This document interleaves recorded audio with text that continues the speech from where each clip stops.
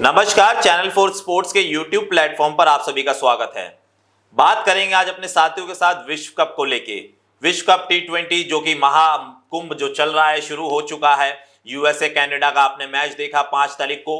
Ireland और India का मुकाबला होने वाला वही 9 तारीख को। जिस मुकाबले का सबको बेसब्री से इंतजार है वो है पाकिस्तान और इंडिया का महामुकाबला।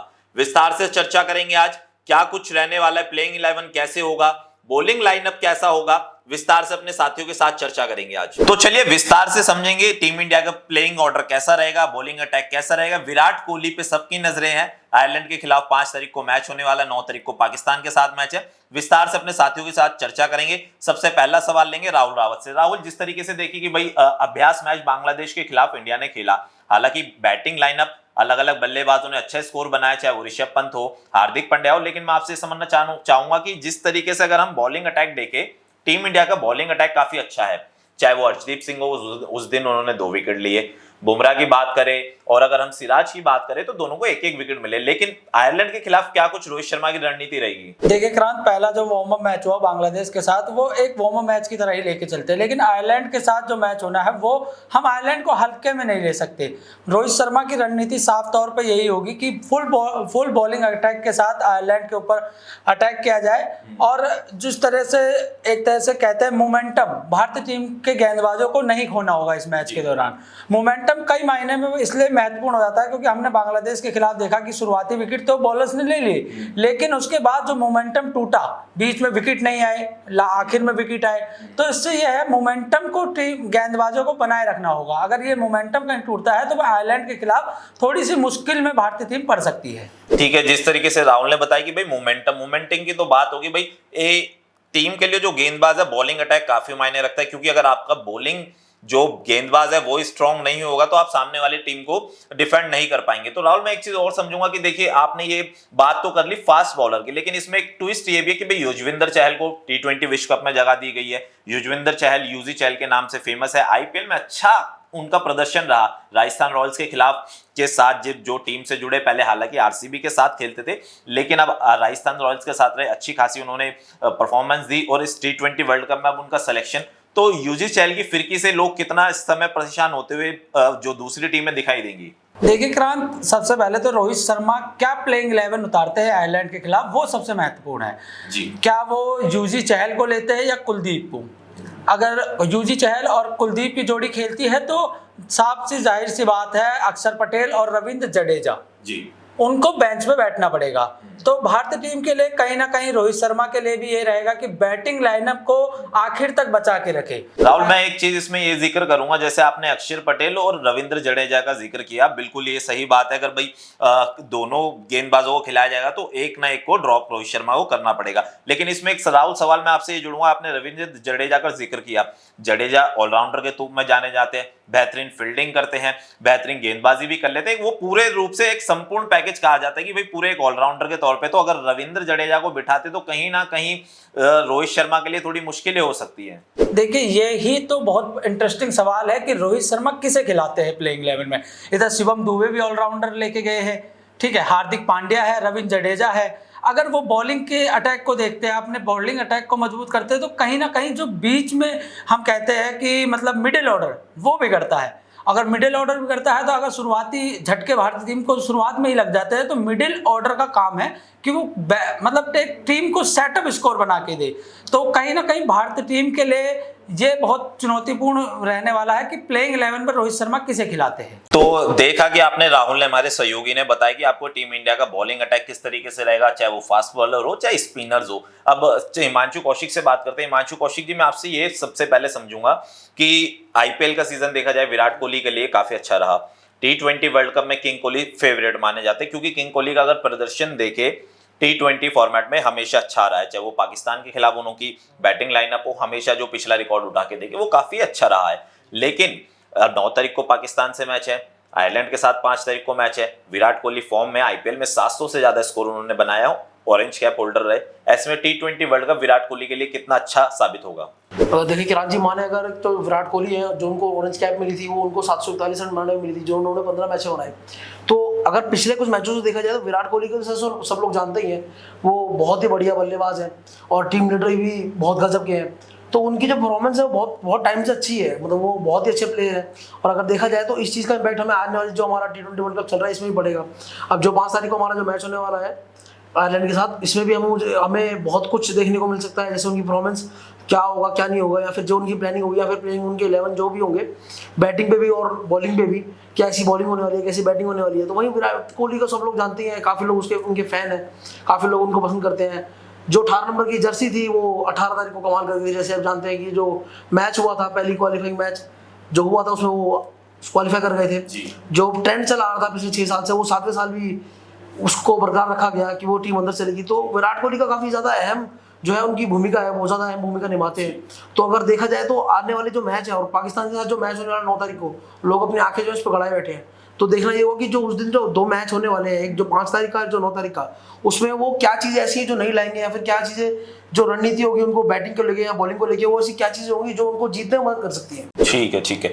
तो बिल्कुल विराट कोहली का रोल तो काफी अहम रहने वाला है T20 वर्ल्ड कप में। अक्सर देखा है कि विराट कोहली किंग कोहली के नाम से फेमस है। उनका एग्रेशन हो, चाहे उनका बैटिंग लाइनअप हो, चाहे ग्राउंड पे फील्डिंग की बात करें, एकदम जबरदस्त मोड पे रहते हैं और किंग कोहली पर सबकी नजर रहेगी। लेकिन अब ये बात तो होगी देखिए किंग कोहली की गेंदबाजों की, लेकिन अब एक नजर डालते कि भाई किस तरीके से जो आगे के बल्लेबाज विराट कोहली के बाद आएंगे, चाहे वो ऋषभ पंत की बात हो, हार्दिक पांड्या की बात हो, उसको लेकर हम आदर्श से पूछेंगे। आदर्श, देखिए कि हार्दिक पांड्या को लेकर पिछले कई दिनों से सवाल चल रहे थे, भाई आईपीएल में अच्छा परफॉर्म नहीं कर रहे थे, लेकिन बांग्लादेश के खिलाफ जो उन्होंने अभ्यास मैच में उनका प्रदर्शन रहा, बैक टू बैक 3 छक्के लगाए, हैट्रिक, 40 रनों की शानदार पारी खेली। हालांकि लोग कह रहे कि भाई अभ्यास मैच था, लेकिन कहीं ना कहीं इसे इंडियन जर्सी का कमाल कह लीजिए, या फिर लोग कहने लगे कि भाई रोहित शर्मा की कप्तानी में तो अच्छे अच्छे फॉर्म में लौट आते हैं। तो अगर Hardik Pandya T20 world cup में हिट रहते हैं तो इंडिया को इसका कितना फायदा मिलेगा?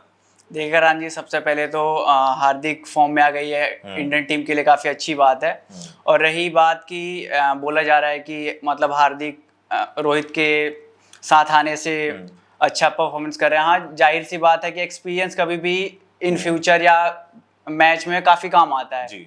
तो ये भी हो सकता है कि एक्सपीरियंस काम आए। और एक बात होती है कि टीम की, मतलब नेशनल टीम की, हमारा कोई भी टीम जब अपने देश के लिए खेल रही हो, आईपीएल में है कि हम किसी अपने उसके लिए खेल रहे हैं, अपने टीम के लिए खेल रहे हैं, लेकिन जब बात आती है कि इंडियन टीम के लिए खेल रहे हैं तो कोई भी प्लेयर है वो अपना 100% देता है, वो चाहे। और रही उनकी पर्सनल लाइफ के बारे में बात की जाए अगर, तो काफ़ी सोशल मीडिया पर अफवाहें फैलाई जा रही हैं, या सच है या झूठ है, ये तो हार्दिक और नताशा जी। और रही बात हम अभ्यास मैच की अगर बात की जाए तो काफ़ी अच्छा प्रदर्शन किया उन्होंने, हैट्रिक 3 बॉल पे 3 छक्का मारा। वो इंडियन टीम के लिए काफ़ी अच्छी बात है कि वो फॉर्म में आए, काफ़ी अच्छी बात है। तो हार्दिक का फॉर्म में आना, कहीं ना कहीं क्रिकेटरों के जानकारों का मानना है कि अगर हार्दिक पांड्या फॉर्म में वापस लौट गए तो उनसे बेस्ट ऑलराउंडर टीम इंडिया के पास नहीं हो सकता, क्योंकि वो गेंदबाजी भी करते हैं, बैटिंग भी जबरदस्त करते हैं।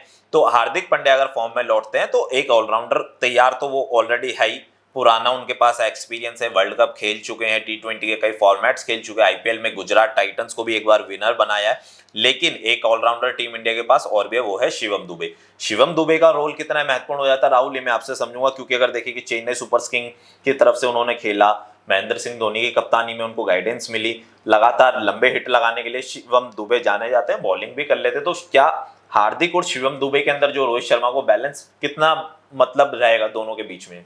देखिए क्रांत, ऐसा है, शिवम दुबे और हार्दिक पांड्या, अगर रोहित इन्हें प्लेइंग 11 में दोनों को शामिल करते हैं, लाजमी सी बात है करेंगे ही, लेकिन अगर ये दोनों टीम 11 में शामिल होते हैं, प्लेइंग 11 में शामिल होते हैं, तो 2-2 ओवर ये आसानी से निकाल सकते हैं, सबसे पहली बात। और पावर हिटिंग लगाने में सक्षम भी है दोनों बल्लेबाज, ठीक है। लेफ्ट राइट कॉम्बिनेशन टीम के लिए बना रहेगा, क्योंकि शिवम दुबे लेफ्ट हैंडर है और हार्दिक पांड्या राइट हैंडर है।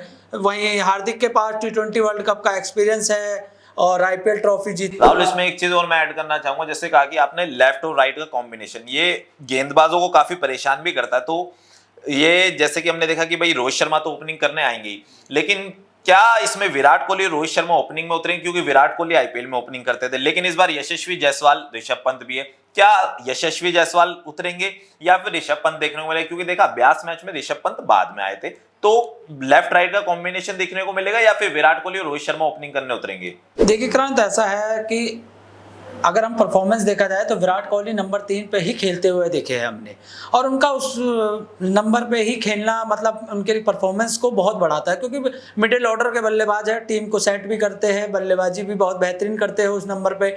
अगर जल्दी विकेट गिरते हैं तो वो एक ओपनर ही माने जाते हैं, ठीक है।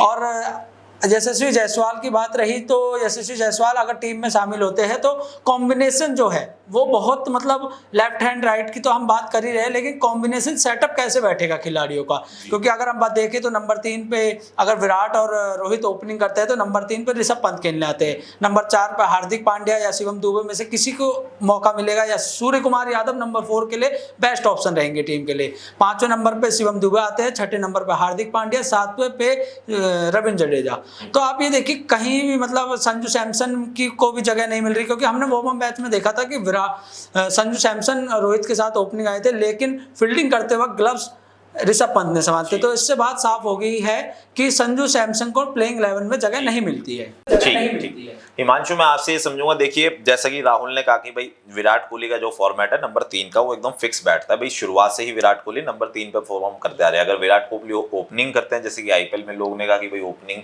विराट कोहली कर रहे हैं, अच्छे फॉर्म में है, लेकिन अगर T20 में जो कि एक ट्रेंड है कि भाई वो नंबर 3 पे बैटिंग करते हैं, तो ऐसे में विराट कोहली या नंबर 3 का कॉम्बिनेशन या ओपनिंग में आएंगे तो कितना कुछ उसका असर उनकी बैटिंग लाइनअप में देखने को मिलेगा? जी अगर देखा जाए तो अगर वो ओपनिंग में आते हैं तो रोहित शर्मा के साथ आएंगे वो, जो कि मुझे लगता है कि ओपनिंग बैट्समैन जो टीम होती है वो बहुत ज्यादा निर्भर करती है कि एक ढांचा जो खड़ा करना होता है, बिल्कुल लास्ट के 5 ओवर काफी निर्भर करते हैं, वो खींचने बहुत जरूरी है। अगर विराट कोहली 3 नंबर पे आते हैं तो वहाँ पे वो ऐसा शायद हिटर खेलेंगे, जहाँ पे उनका काम होगा कि स्कोर को कितना ज्यादा वो खींच पाए, कितना ज्यादा लंबा ले जा पाए। तो ऐसे में टीम की उम्मीदें ज्यादा रहती है कि जो लोग बाद में आ रहे हैं, जो बैटिंग ऑर्डर हमारा लेट का जो ऑर्डर है, अगर वो लोग थोड़ा हिट लग कर खेलेंगे या तेजी से खेलेंगे तो उससे हमारा को स्कोर खींचने में ज्यादा मदद मिलती है। तो अगर देखा जाए विराट कोहली जो हमारे प्लेयर है वो बहुत महान प्लेयर है, जैसे कि सब लोग जानते हैं, तो स्कोर खींचना शायद मुझे लगता है उनके लिए कोई बड़ी बात नहीं होगी। हिमांशु ने बिल्कुल सही बात करी। अगर रोहित शर्मा और विराट कोहली वाकई में अगर ओपनिंग करने उतरेंगे तो लास्ट के जो 10 ओवर तो रह ही जाते हैं, लेकिन जो शुरुआत के 10 ओवर होंगे, पावर प्ले होगा, उसमें धमाकेदार शुरुआत टीम इंडिया को मिल सकती है। आदर्श ये तो पूरा ओवरऑल हो गया, लेकिन मैं आपसे समझूंगा कि प्लेइंग 11 किस तरीके का रह सकता है। देखिए लगातार कयास लगाए जा रहे हैं कि भाई रिजर्व में अगर देखें तो रिंकू सिंह भी है, शुभमन गिल भी है। रिंकू सिंह अच्छा परफॉर्म करते हैं, लंबे हिट्स के लिए जाने जाते हैं। गिल की बात करें, गिल भी एकदम बैटिंग लाइनअप देखे उनका बहुत अच्छा रहा है। तो ऐसे में क्या माना जा सकता है कि भाई आने वाले समय में जो, हालांकि आयरलैंड या पाकिस्तान के बाद, क्योंकि ग्रुप ए है, T20 फॉर्मेट बहुत लंबा चलने वाला है, तो क्या शिवम गिल को और रिंकू सिंह को मौका मिलेगा? जी नहीं करांत, अभी जैसे हमने काफ़ी रिसर्च करी और देखा कि जो प्लेइंग 11 की टीम है उसमें रोहित शर्मा, विराट कोहली ओपनिंग करेंगे, फिर सेकंड डाउन में देखा जा रहा है कि ऋषभ पंत आएंगे, फिर उनके बाद सूर्य कुमार यादव को लिया गया है, फिर उसके बाद हैं हार्दिक पांड्या, फिर तमाम प्लेयर हैं जी, तमाम शिवम दुबे, रविंद्र जडेजा। ठीक है। तो विस्तार से ये तो हो गई है पूरे बात, लेकिन अब मैं लास्ट जो सवाल रहेगा मैं राहुल से करना चाहूंगा, क्योंकि ये सवाल बहुत महत्वपूर्ण हो जाता है राहुल, क्योंकि कल हमने देखा राहुल की कनाडा और अमेरिका का मैच हुआ, जोन्स 10 छक्के लगाए, सोशल मीडिया पर लगातार चर्चा है, भाई जोन्स तो छा गए भाई। पूरे अमेरिका में तो कहते थे कि भाई अमेरिका में क्रिकेट इतना नहीं खेला जाता है, लेकिन जोन्स ने दिखा दिया भाई हमें हल्के में मत लेना, हम T20 फॉर्मेट के भी किंग हो गए हैं। और ग्रुप ए, जोन्स की बात इसलिए अमेरिका की क्योंकि जो टीम इंडिया का ग्रुप बनाया गया उसमें यूएसए शामिल है, यूएसए के साथ आने वाले समय में इंडिया का मैच होगा, तो ऐसे में ये कितना महत्वपूर्ण हो जाएगा राहुल? देखिए क्रांत, कोई भी टीम हो उसको हल्के में तो लेना ही नहीं चाहिए, लेकिन जो ये फॉर्मेट है T20 का, इसमें कई खिलाड़ी ऐसे उभर के आएंगे जो मतलब अपने नाम के साथ साथ कई रिकॉर्ड तोड़ते हो जाएंगे। जो अमेरिकी खिलाड़ी है उन्होंने गेल का रिकॉर्ड तोड़ दिया, मतलब एक छोटे से फॉर्मेट में मतलब कितना बड़ा नाम उभर के आया है, किसी ने सोचा भी नहीं था। ऐसे कई नाम मतलब इस टूर्नामेंट के खत्म होने तक सामने आएंगे, ठीक है। और रही बात खिलाड़ियों के परफॉर्मेंस की, तो टॉप खिलाड़ी ही वर्ल्ड कप के लिए भेजे जाते हैं जिनका परफॉर्मेंस बहुत बेहतरीन रहता है, बहुत अच्छे खेल के वो आगे बड़े होते हैं, ठीक है। और टीम इंडिया में मतलब हमें तो, मैं शुरुआत से कहते आ रहा हूँ कि प्लेइंग 11 रोहित शर्मा के लिए कैसे चुनते हैं वो सबसे मेन होगा, क्योंकि जो टीम इंडिया 15 का स्क्वाड वहां भेजा गया है तो एक से टॉप खिलाड़ी बेंच पे भी है और प्लेइंग 11 में भी शामिल होंगे। तो देखना ये होगा कि किस तरीके का टीम परफॉर्मेंस करती है मैच में। और जो चलो ये तो आयरलैंड के मैच की बात होगी, लेकिन जो पाकिस्तान के साथ मैच है, आगे जो मैच होंगे और फाइनल तक अगर टीम इंडिया पहुंचती है तो फाइनल के लिए कैसी टीम होगी, ये तो मतलब टूर्नामेंट की अभी शुरुआत है। इस जब टूर्नामेंट आगे बढ़ता रहेगा तो उस बीच हमें बहुत सी चेंजेस देखने को मिलेंगी। तो विस्तार से आपने इस चर्चा में समझा कि भाई प्लेइंग 11 कैसा होगा, बैटिंग ऑर्डर कैसा रहेगा, आयरलैंड के साथ क्या समीकरण टीम रोहित शर्मा अपनी सेना को तैयार करेंगे, पाकिस्तान के खिलाफ अगर उतरेंगे तो बॉलिंग अटैक कैसा रहना चाहिए, बैटिंग लाइनअप कैसा होगा, ये सब आपने इस चर्चा में समझा। फिलहाल इस चर्चा को विराम देने का वक्त आ गया है, लेकिन लास्ट में जाते जाते सभी टीम इंडिया के साथ भारतीयों की दुआएं हैं, क्योंकि आपको बताया 2007 में ही टीम इंडिया ने महेंद्र सिंह धोनी की कप्तानी में T20 की ट्रॉफी जीती थी। जब से सूखा पड़ा हुआ है उसके बाद से कोई ट्रॉफी नहीं आई है और इस बार कयास लगाया जा रहा है कि टीम इंडिया ट्रॉफी लेकर ही घर आएगी, क्योंकि सेमीफाइनल तक का 2 बार सफर तय किया, निराशा हाथ लगी। हाल ही में वनडे वर्ल्ड कप हुआ, उसमें निराशा लगी। टीम इंडिया ने बेहतर परफॉर्म किया, 10 मैच लगातार जीते थे, लेकिन फाइनल में आके ऑस्ट्रेलिया ने भारतीय जो क्रिकेट फैंस कहें या खिलाड़ियों का सपना चूर चूर कर दिया था। लेकिन इस बार पूरी चर्चा है कि टीम इंडिया ट्रॉफी घर वापस लेके आएगी और इंडिया की ही चर्चा है। बहुत बहुत शुक्रिया।